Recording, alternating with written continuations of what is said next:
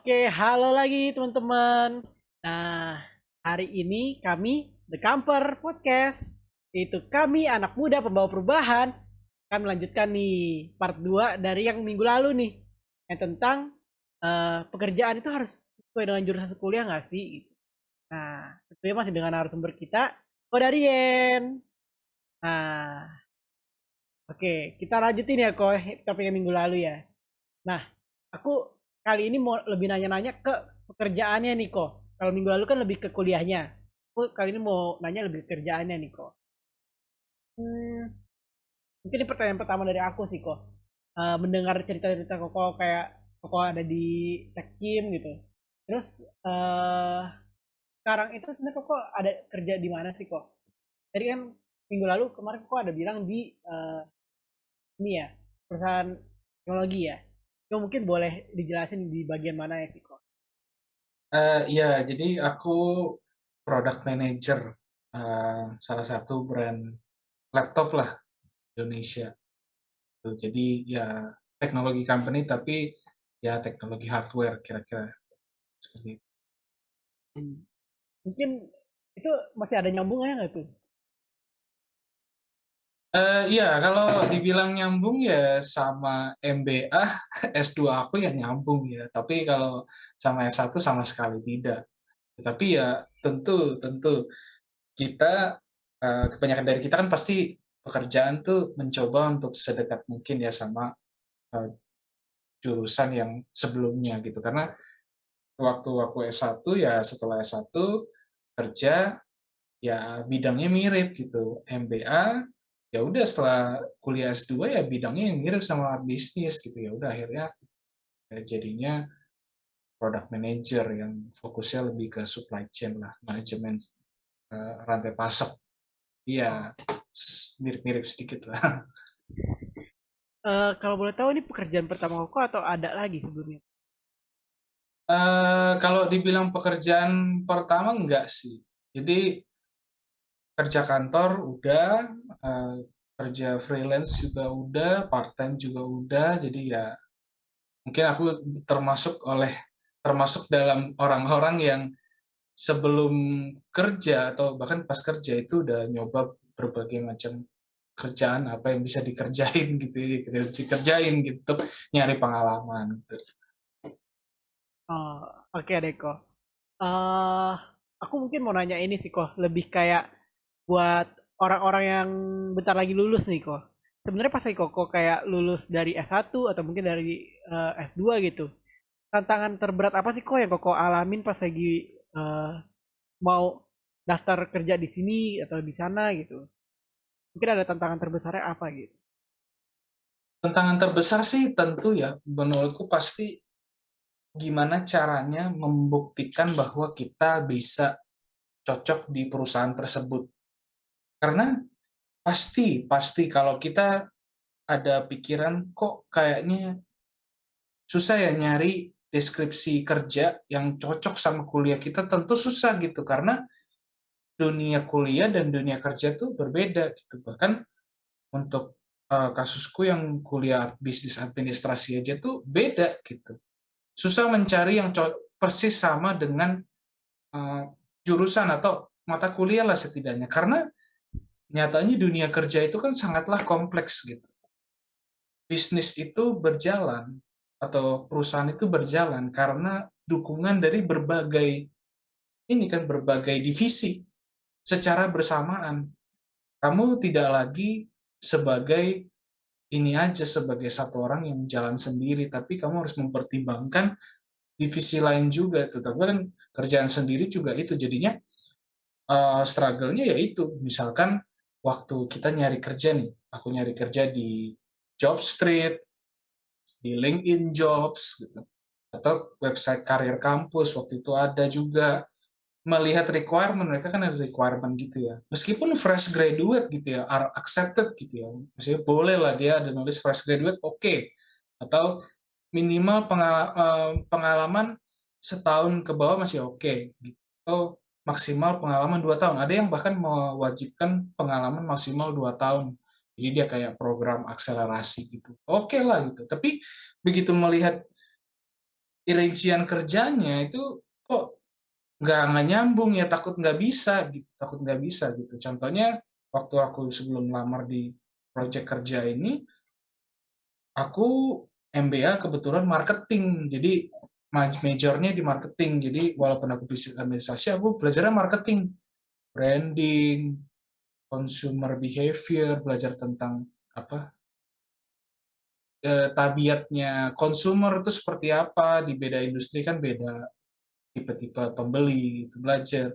Terus waktu ngelamar pekerjaan ini, heavy-nya di supply chain, jadi manajemen itu, karena kan aku kalau manage laptop tuh basically laptop yang masuk dari HQ atau dari China sana ke Indonesia itu di tanganku gitu. Jadi kamu harus estimasi, itu kan laptop tuh tidak serta-merta tuh terbang ya.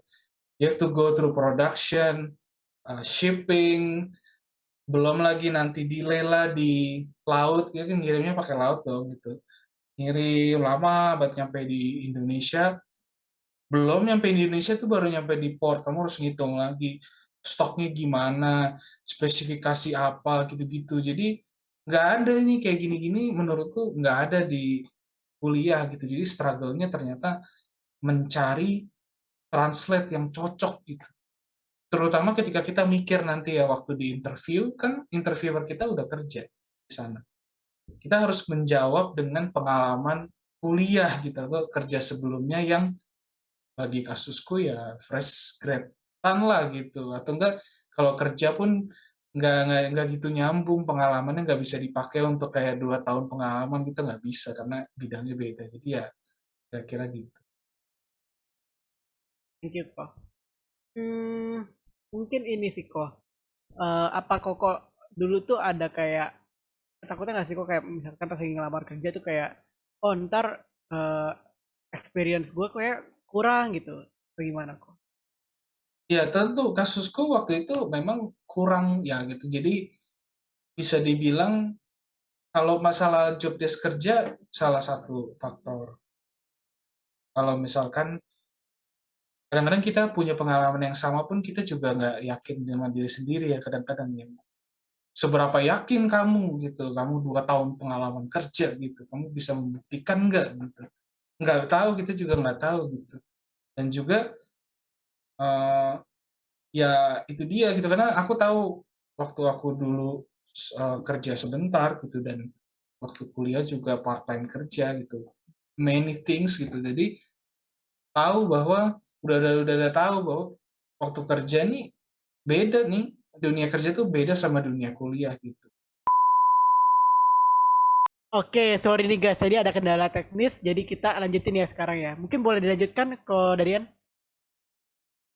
Iya iya, jadi kalau struggle dari dunia kerja memang ya karena waktu menjalani di dunia kerja itu adalah suatu experience yang tentu berbeda ya. Dalam artian ya seperti yang tadi aku sedikit jelasin, kalau ternyata uh, di dunia bisnis itu adalah sebuah real case gitu, real life gitu case gitu. Jadi kita harus uh, tentu dengan kemampuan atau pengalaman yang terbatas juga pasti employer kita nanti itu pasti mengerti juga gitu. Jadi mereka juga pasti kita diskusi dengan mereka waktu interview kerja gitu. Seberapa besar pengalaman kita. Toh kalau nanti dengan keterbatasan kita apa yang kita bisa kita berikan yang terbaik, tapi tentu ada gap ya antara ekspektasi kerja dengan kuliah gitu ya, pengalaman kita ya pasti employer kita udah notice gitu. Jadi di pas kerja itu pasti belajar gitu, pasti diajarin, ada orientasi, semua skill-skill akan yang kita perlukan untuk berhasil di pekerjaan kita tuh pasti diajarkan kembali. Jadi uh, tidak, menurutku tidak harus 100% pengalaman itu tuh cukup, atau bahkan kita juga nggak pernah bisa mengira-ngira ya. Kadang-kadang kan kalau tulisan requirement, job requirement di website, itu kan yang ngepost itu adalah HR, human resource.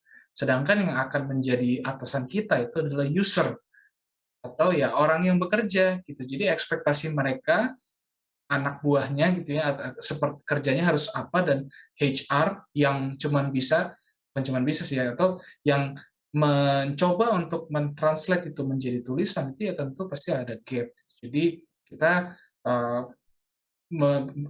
berusaha sebisa mungkin aja itu dengan pengalaman yang kita bisa, dan kalau nanti lolos ya pasti gapnya itu kita bisa berusaha lagi gitu untuk belajar gitu, untuk bisa menjadi pas untuk job desk-nya seperti itu. Thank you kok. Mungkin kita beralih nih kok ke pertanyaan dari terakhir nih aku.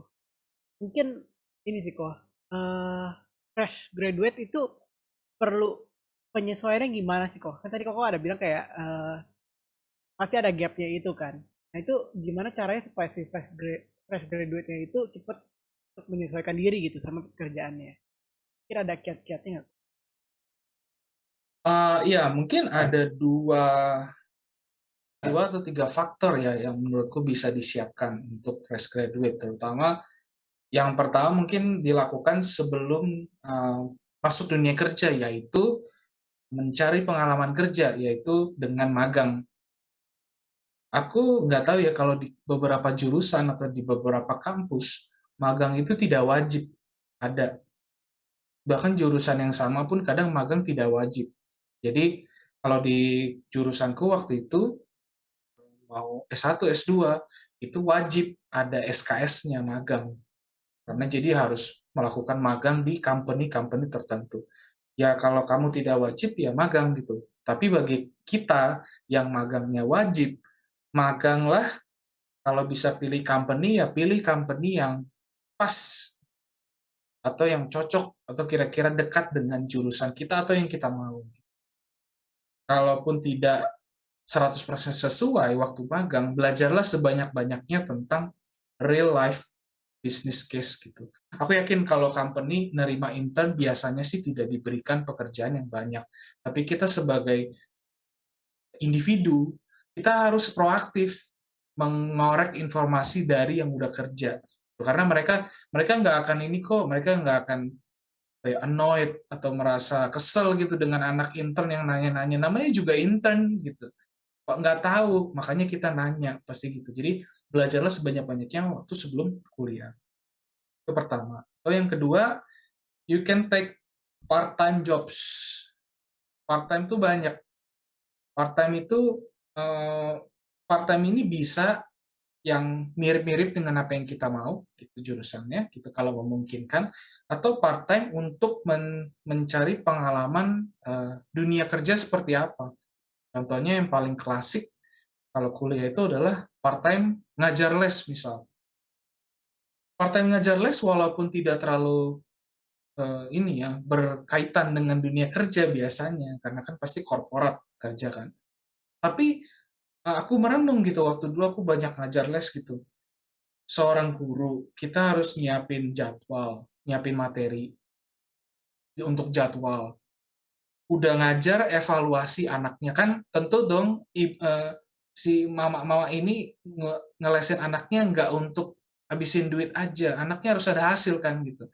Kita harus evaluasi gitu. Jadi nanti ada ujian strateginya gimana gitu, atau pas ongoing les kita menemukan nih anak ini susahnya di mana. Nanti kita coba berbagai solusi. Itu ada pengalaman yang sebenarnya bisa kita pakai dan bisa kita ceritakan di dunia kerja. Walaupun kita kita dan interviewer kan tahu bahwa pengalaman itu contohnya tidak relevan gitu, atau 100%, tapi mikir gitu. Itu ada prosesnya, berpikir, mengatur gitu. Misalkan ya manajemen les itulah ya, kalau kamu mau jadi lecturer ya tentu kamu ngambil pengalaman itu untuk pengalaman ngajar, atau pengalaman managing waktu, pengalaman menghadapi orang, itu kan hal-hal yang biasa terjadi di dunia kerja gitu. Jadi kamu prepare dari part-time jobs. Kalau part-time jobs ini mungkin bisa, selain kalau anak kuliah sih paling gampang setauku ngajar les, tapi selain ngajar les mungkin ada part-time. Waktu itu aku ada part-time bikin konten media sosial untuk startup gitu. Jadi aku yang bikin gitu media konten-kontennya, nanti mereka yang ngedit gitu. Itu part time juga gitu. Jadi nggak ngambil waktu kuliah banyak, masih bisa ngerjain skripsi dengan baik, tapi part time gitu. Itu ngerasain juga tuh waktu itu apa interaksi sama orang yang kerja. Jadi mereka kasih brief ini, kamu harus kita target submit ini ya, oke, ini requirement-nya, kamu checklist kalau udah fulfill gitu. Jadi dapat pengalaman kerja juga gitu. Atau part time freelance juga termasuk lah ya. Kalau waktu itu aku juga ada pengalaman freelance menawarkan kerja ke orang-orang yang mau outsource waktu itu riset pasar. Aku outsource riset pasar gitu. Ada company apa yang mau punya tenaga untuk riset pasar mereka, biar aku aja yang kerjain. Pegawai kalian tinggal terima data, take action. Nah, itu bisa juga. Jadi kamu ngambil waktu lah, balancing gitu. Jadi dapat pengalaman kerja yang nantinya bisa kamu gunakan untuk diceritakan ke interviewer gitu. Walaupun nggak apple to apple, nggak 100% sama dengan bidang, tapi kan kerja, kerja kan ada pengalaman. Mikir ya, aku bahasanya mikir gitu. Itu kan mikir gitu. Itu ada effort. Kamu bisa tailor. Kalau aku baca banyak kayak saran-saran interview gitu ya kerja, pasti pengalaman hidup kita tuh bisa ada benang merahnya gitu, yang bisa diambil menjadi uh, apa ya jawaban gitu. Apa sih contohnya pertanyaan-pertanyaan yang standar di interview kan apa ya, ceritakan tentang dirimu gitu, kelebihan kamu apa, kekurangan kamu apa, standar klasik sekali kan. Jadi kamu bisa ambil gitu, itu kan nggak harus kerja sebelumnya, terutama fresh graduate gitu. Atau bahkan kalau kita nih pengalaman organisasi juga bisa, nggak harus kerja, pengalaman organisasi juga bisa. Kalau bahkan aku dulu salahku sih, aku aktifnya di organisasi kayak Jepangan gitulah, jadi budaya-budaya Jepang gitu.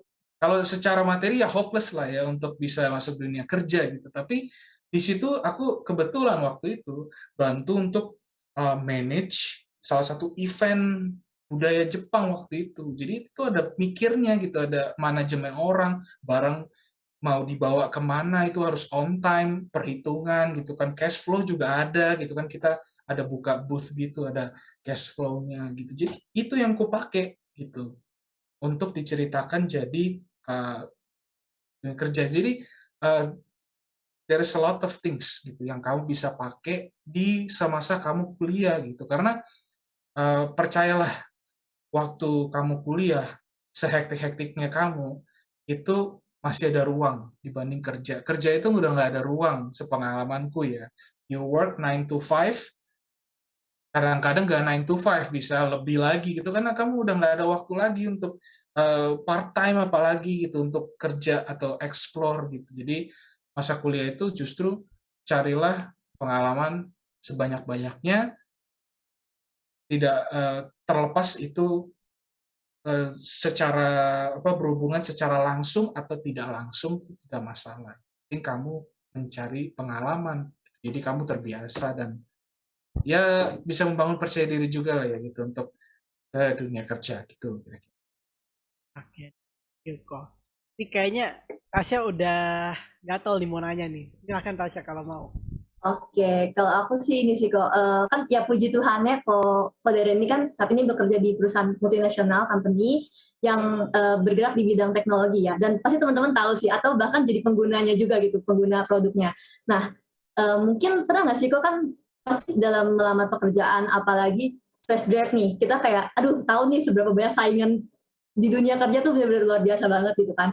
Pernah nggak sih kayak, aduh kok belum ada panggilan, terus kayak belum ada kepastian, dan banyak lah, pokoknya banyak hal-hal lain yang bikin kok jadi ragu, aduh sebenarnya bisa dapat kerja nggak sih, atau nggak dalam waktu dekat gini. Dan sempet nggak sih kok kepikiran, apa gue ngelamar di description yang gue sebenarnya over qualified ya, maksudnya kayak nggak apa-apa nggak sih kalau kita tuh asal pilih company, atau nggak asal pilih job desk, atau maksudnya posisi-posisi yang sebenarnya kita nggak harapin di awal gitu, tapi kita milih itu karena ya udahlah biar keterima kerja, biar menghasilkan uang dan bisa cepet-cepet kerja gitu intinya. Dan sebenarnya itu berkaitan gak sih sama pertanyaan aku nih, apakah alasan kerja pertama gitu, walaupun sebenarnya ini bukan pekerjaan pertama Koko ya, tapi itu tuh menjadi hal yang sangat amat penting untuk membangun karir seseorang gitu ke depannya.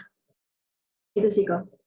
Iya iya. Jadi, kalau masalah pekerjaan ini ya gitu, terutama untuk memilih-milih, itu memang adalah sesuatu hal yang, ya seperti yang, Tasya bilang tadi bahwa kita tahu limit. Selain limit kita juga tahu kita minatnya apa. Pasti, saranku yang pertama adalah setelah kita lulus tentu kita harus berusaha untuk sesuai dengan jurusan, sesuai dengan yang kita minati juga gitu. Jadi waktu nyari ya nyari aja gitu. Dan untuk shooting target ya pasti tentunya harus memenuhi requirement perusahaan, tapi ya you can still hope at some other inilah kualifikasi agak tinggi sedikit tapi masih bisa dinegosiasi gitu. Jadi ya kita harus push di situ gitu. Seberapa tinggi, seberapa rendah itu sebenarnya tergantung kita. Kalau kasusku, aku pribadi pengen yang bagus gitu company-nya, tapi ya kita realistis lah ya gitu, ngelamar kerja tentu ada struggle-nya gitu. Semua juga gitu ya. Aku juga waktu itu juga gitu, nggak laporan pertama nggak ini. Gitu. Bahkan nggak langsung dipanggil juga gitu. Ada yang nggak dibales gitu, nunggu 2 minggu, sebulan juga ada. Ada yang aku udah kerja 3 bulan, dia baru bales gitu. Sekitar udah 4 bulanan apa dia baru bales gitu. Baru ngirim gitu. Sorry, we regret to inform you that we will not proceed further gitulah intinya gitu. Aku ngelamar waktu itu ngelamar ya tentu awalnya waktu itu dekat-dekat Indonesia. Aku juga ngelamar di company-company besar. Posisi fresh graduate aja company besar tuh susah ya. Kayak misalnya aku bilang kayak FMCG lah, Unilever dan lain-lain itu. FMCG yang besar, posisi fresh graduate aja susah gitu. Jadi tapi aku pengen gitu, maksudnya bisa pengen nyoba gitu kan. Tapi ya udah nyoba aja gitu. Nyoba gitu dan ya gimana ya kalau kita merasa susah untuk ini ya pasti ada gitu. Terutama kalau seperti kebanyakan orang, seperti kita juga seperti kebanyakan orang yang ngelamar tuh butuh waktu. Gitu. Butuh waktunya bahkan butuh waktu sampai dibales. Dari dibales tuh butuh waktu lagi sampai kamu dapat job yang interviewnya panjang gitu. Jadi periodenya lama gitu, sebulan 2 bulan gitu, penuh dengan lamaran yang terkirim, interview yang berhasil dan gagal, dan ya sebelum interview itu dipanggil dulu kan gitu, habis itu baru gagal atau berhasil gitu. Itu pasti ada dan mempengaruhi kita gitu. Tapi aku pribadi nggak bisa memberikan satu arahan yang kayak kamu harus aim lower atau aim higher, tapi lamarlah kalau kamu minat gitu, tapi harus punya plan untuk bisa lebih fleksibel. Bagiku planning hidup yang bagus itu adalah planning yang fleksibel. Fleksibel dalam artian kita bisa geser-geser sedikit atau belok-belok sedikit untuk mencapai tujuan kita gitu. Misalkan katakanlah nih, aku pengen punya bisnis ke depannya, memanage bisnis besar gitu. Nah, itu kan start from somewhere kan gitu. Misalkan aku pecinta kopi, aku pengen punya kafe. Tentu dong kalau pengen punya kafe, you have to work somewhere first gitu. Gak bisa tiba-tiba, bagiku di pikiranku waktu itu idealnya, aku langsung kerja di kafe bagian manajemennya, managing stores gitu, bisa nyeduh kopi gitu, bisa ngeliat kopi tiap hari. Cannot gitu, nggak bisa. Susah, nggak segampang itu dan jurusannya juga beda gitu. Oh, oke lah, tapi mungkin aku bisa belajar bisnisnya dulu. Udah makanya aku ngelamar di tempat lain yang aku masih oke lah. Jadi, ya puji Tuhan sih gitu. Kalau ketika kita ya percaya gitu sama arahannya Tuhan gitu dan apa opportunity yang di depan, ada aja yang bisa dipelajari gitu. Selalu ada yang bisa dipelajari dan kamu bisa aplikasikan di kehidupan nanti di bisnis. Kayak di pekerjaan sekarang aja, walaupun tidak nyambung ya sebenarnya sama apa yang aku ke depan ya, visi ke depan, tapi aku melihat kayak oh ini yang aku kerjakan ini akan sangat berguna nih waktu aku nanti misalkan punya perusahaan sendiri gitu, katakanlah gitu dreamnya. Oh ternyata ini caranya gitu, ada masalah ini, gini cara atasanku gitu untuk bisa menyelesaikannya dengan baik. Itu belajar banyak gitu kan. Ya bekerja aja gitu, berusaha gitu. Nanti pada suatu waktunya kita bergerak semakin dekat. Gitu. Jadi, tapi aku nggak rekomen ya kita lamar kerja tuh sampai lihat titik di mana asal lamar diterima gitu. Karena banyak juga teman-teman kita yang ya gimana ya, kita desperate gitu ya, kita mau ngelamar yang penting diterima. Sebulan 2 bulan kerja keluar lagi, kamu habis duit, habis effort, pikiran lagi gitu. Jadi bisa compromise, tapi ya kamu harus punya timeline gitu. Kamu minatnya tuh di mana gitu. Tergantung tergantung bidang sebenarnya. Kalau menurutku kamu bisa mulai dari bidang.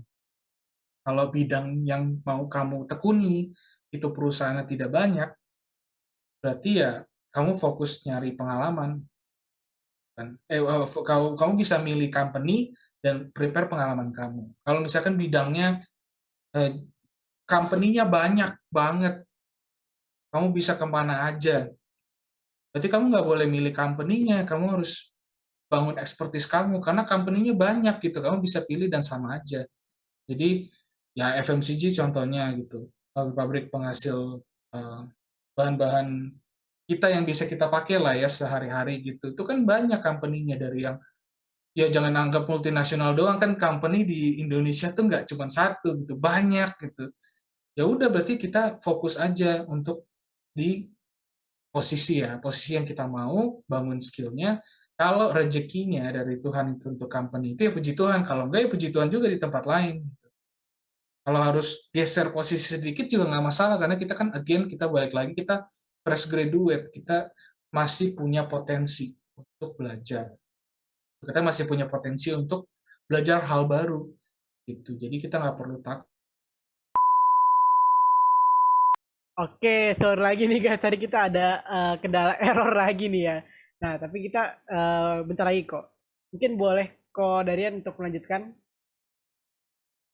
Iya, iya, thank you. Jadi kalau summary ya dari untuk masalah lamar kerja gitu, again kita adalah tentu kita mencoba untuk melamar sesuai dengan jurusan dan juga apa yang kita mau gitu. Itu harus kita utamakan tentu karena kita kan sudah spend waktu, resource di sana. Tidak ada salahnya kita mencoba dulu melamar di sana. Nanti kalau ya ada prosesnya lah ya, pemilihan company juga menurutku awal-awal kita tidak perlu terlalu picky ya atau terlalu memilih-milih gitu ya, background research aja gitu. Sekarang banyak kok website-website yang memberikan review ya, nggak tahu bener apa enggak gitu, tapi setidaknya kita cross check gitu, kerja di company ini seperti apa sih rasanya, kita bisa cross check gitu dan lamar aja gitu. Nanti kalau misalkan dirasa sulit atau memang strategi kita tidak berhasil, ya kita bisa lebih fleksibel. Dalam artian mungkin posisinya yang kita mau gitu, nggak terlalu banyak posisi yang terbuka atau susah gitu, atau ada posisi lain yang mirip-mirip dengan minat kita, walaupun agak beda tapi masih oke. Bisa juga gitu, kita bisa coba di situ. Company-nya, oh ya company tertentu misal terlalu tinggi, misal terlalu global gitu, terutama company-company yang multinasional global gitu ya.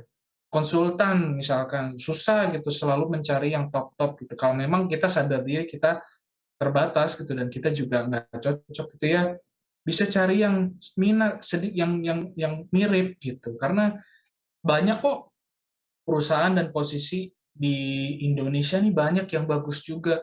Banyak company yang ternyata besar, tapi namanya mungkin tidak booming gitu. Atau ya mereka mah bisnis-bisnis aja gitu, nggak terlalu rame gitu. Animo di netizen ini nggak terlalu banyak, tapi company-nya profit gitu, company besar gitu. Atau bahkan bisa kita bilang kayak kerja di startup startup sekarang lagi banyak gelombang-gelombang pemecatan itu banyak gitu. Satu bidang tertentu aja tuh banyak banget gitu company-company-nya. Kayak contohnya aku juga pernah gitu magang dan kerja sebentar di perusahaan inkubator startup. You can see banyak banget company-company yang sehat gitu, dalam artian yang mereka punya posisi yang kerja beneran gitu, nggak harus di company multinasional untuk kamu kerja, kayak kerja beneran gitu, kayak korporat lah gitu kan, kerja dimanapun ya it's work, it's business gitu, ada hal yang perlu kamu manage gitu. Jadi menurutku ya apa yang ada kita jalani aja, tapi tidak tidak boleh terlalu ngasal gitu, terlalu fleksibelnya lebar gitu. Apa aja deh dilamar gitu, kirim aja semua gitu. Menurutku ya kurang bijak. Jadi strategik, ya kita melempar jaring ikan itu kan melebar memang, tapi kan strategis gitu. Kalau enggak nelayan tuh bikin aja segede laut gitu biar gampang kan, enggak kan gitu, kita terbatas, resource kita terbatas gitu. Jadi kita strategik aja gitu untuk menjawab pekerjaan kita gitu ya. Kalau this doesn't work ya try another gitu, nggak apa-apa gitu. Jadi pada akhirnya dapet kok, pada akhirnya pasti bisa kok gitu. Semua juga seperti itu, dan kalau kita struggle itu normal, sangat-sangat normal gitu. Jangan terintimidasi sama teman yang belum lulus sudah ditawarin kerja, tuh ada tipe orang yang seperti itu. Atau baru pas lulus dia sebulan udah kerja. Jangan sebulan lah, 2 minggu kerja. Kita sebulan sudah capek melamar gitu, belum kuliah, belum kerja gitu ya.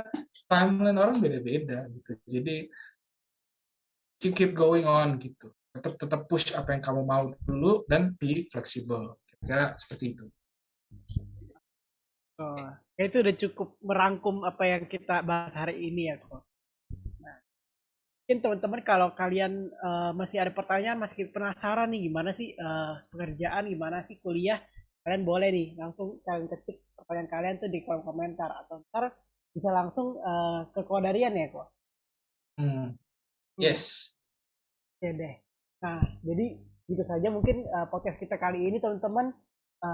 Sebelumnya kita mau ngucapin juga terima kasih untuk kalian yang udah nonton, stay tune sampai akhir. Nah, jangan lupa like ya kalau kalian suka, dan subscribe. Thank you teman-teman udah nonton hari ini.